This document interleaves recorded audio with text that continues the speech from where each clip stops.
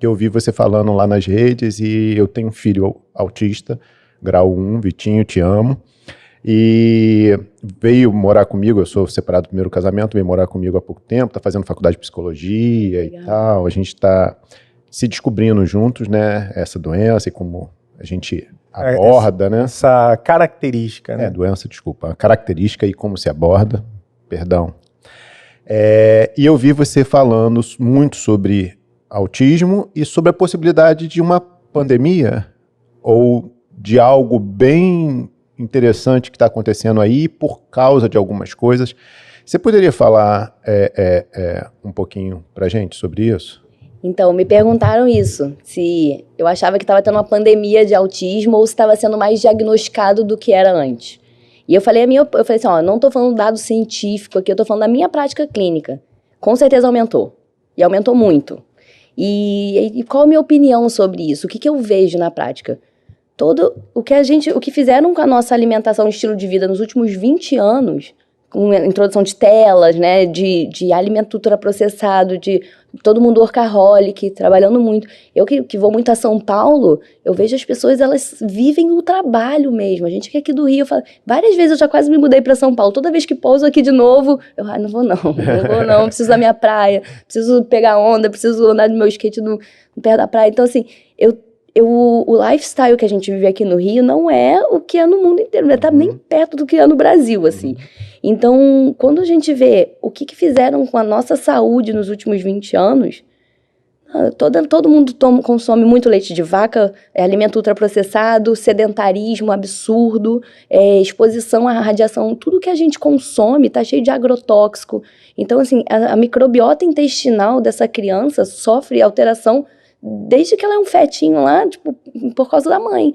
E essa mãe sofreu por causa da avó. Então, quando você tá com uma criança, um serzinho em desenvolvimento, é uma época, assim, muito impactante. Você pode ser 8 ou 80. Então, se essa mãe tem deficiência de vitamina, além da genética, a genética conta, mas ela não é determinante. Então, se você já tem uma predisposição genética, alguns genes, já tem um monte de gene relacionado ao autismo.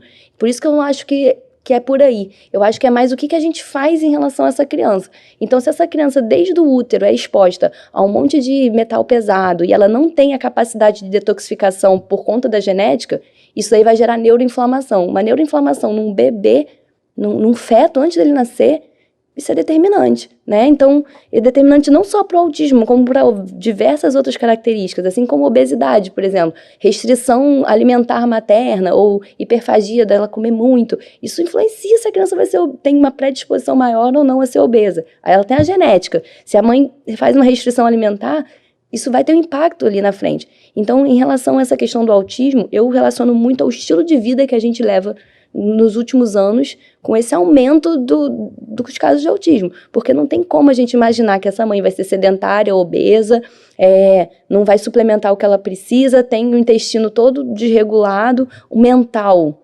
péssimo, e essa criança vai ser o mais saudável que ela pode? Não vai. Então, quando vocês falam isso de criar um super-humano, é exatamente isso. Você já interferir numa fase de vida determinante daquela criança para evitar, para ela ser a melhor versão, para ela alcançar todo o potencial genético dela de desenvolvimento.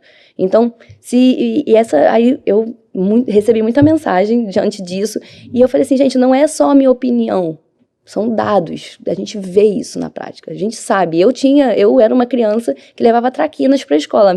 Vou olhar pra câmera de minha mãe, né, falou assim, Kleine, depois que você criou esse Instagram, eu tô me sentindo uma péssima mãe, porque eu fiz isso, eu te dei Danoninho, te dei Toddy, te dei tudo. Eu falei, mãe, foi vendido isso pra você.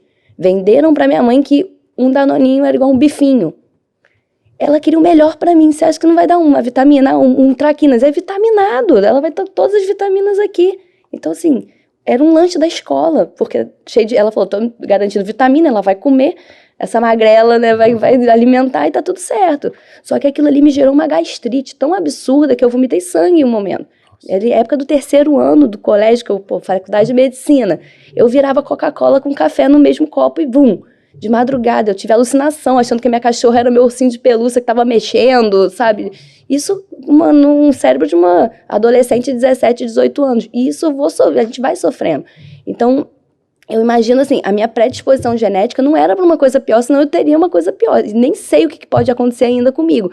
Mas eu entendi que se você atua na gestação, ali na primeira infância, você realmente cria um super-humano, porque tudo que a gente sofreu, a gente tá aqui vivo, né? Aquela sobrevivi, comi e não morri, né? Falei, não sabia que a ideia era sobreviver, né? Então, assim, hoje a gente não precisa sobreviver. A gente tem uma criança e a gente tem dados para saber o que eu posso fazer de melhor para ele se desenvolver da melhor maneira possível. Então, é por aí. A gente pode dizer que, assim, o primeiro passo para você criar um super-humano seria na sua própria saúde, né? Sim. Porque eu fico pensando com tudo isso que você está falando, que se eu soubesse disso antes, a Olivia, a gente planejou, bem planejadinho, e ainda chegou a demorar um pouquinho assim, a ponto da gente se preocupar se estava tudo bem.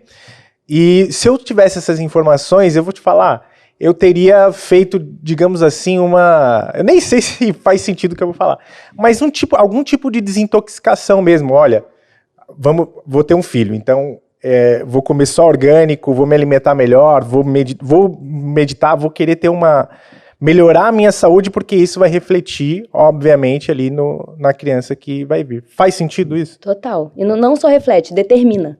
Determina. E tem algum profissional ou profissionais ou alguma área da medicina que atua dessa forma? Sim, inclusive eu até... Existe uma médica, não sei se eu posso falar assim, mas a Bruna Pitaluga é uma ginecologista obstetra que ela é incrível, ela atua na gestação. Então, assim, aqui no Rio, eu tenho uma amiga minha que começou a atender mais, eu comecei a indicar mais, ela fez o curso da Bruna, ela tá se especializando. Mas antes dela, eu não tinha muito pra quem indicar, eu atendia. Tem uma amiga minha que foi no meu consultório, ela falou, Klein, eu quero que... Eu falei, passa aqui. Ela, não, eu vou pagar uma consulta, eu nem tô grávida, mas eu quero saber o que fazer. Então, eu atendi ela antes dela engravidar, e aí durante a gestação, e ela teve o bebê. Então, sabe assim, então essas consultas pré-natais, eu acabei começando a fazer porque os obstetras às vezes não estão tão atualizados. Então, você pega assim, você fala, cara, essa suplementação, cadê o ômega 3? Cadê a D? A vitamina D tá aqui, ó, no limite. Não quero no limite, eu preciso da vitamina D ótima, maravilhosa. E aí, assim, eu comecei a atuar nisso porque era o meu paciente, que ele é meu futuro paciente. Eu preciso que ele seja saudável, é esse o meu objetivo. Então, essa coisa de detoxificação, de comer só orgânico, isso é o que tem que ser feito. Então, frescura, tudo bem, você pode achar que é frescura, mas tá intoxicando. Né? Se a criança tem essa questão de detoxificação, e aí entra muito naquela, mas eu sou o culpado, né, do meu filho ser autista, ou do meu filho ter uma doença. Não é por aí, eu acho que a gente não pode levar para esse lado. A gente está evoluindo tanto na medicina como seres humanos. Então, a gente entendeu que o que está sendo feito até agora não está dando certo. As crianças estão lotando a emergência. Né? Tá todo mundo doente. Quem que você conhece que não está com a meleca, que não sabe? Toda hora... E aí começa a entrar no antibiótico, o antibiótico acaba com a flora intestinal mais permeável, aumenta a alergia, e aí essa criança fica com mais meleca, daqui a pouco tá com infecção bacteriana de novo, outro antibiótico. É um ciclo. Então, assim, como quebrar isso? Se você começa desde a gestação, e assim, não é só a mãe não, tá? O pai também. Tem estudos que relacionam essa questão do esperma do pai e tudo, questão de nitrogênio e tudo, em relação a essa parte também da saúde da criança, a idade e tal. Então, e fora o mental, né? Você imagina uma gestação que os pais brigam pra caramba, o nível de cortisol que essa mulher não expõe essa criança. E aí isso tudo já altera o eixo normal daquele bebê. Então, essa questão de, antes de engravidar, é a melhor coisa que você pode fazer pro seu filho. De você, os dois, assim, a casa, o ambiente, e ter um lugar que você acha assim, qual seria o ideal para essa criança crescer e viver isso. Porque isso é um impacto direto e reto. E é isso, a predisposição genética existe. Você liga ou desliga os genezinhos ali, né? Falando de uma forma bem, bem leiga. Mas essa questão de um detox antes de engravidar é a melhor coisa que você pode fazer.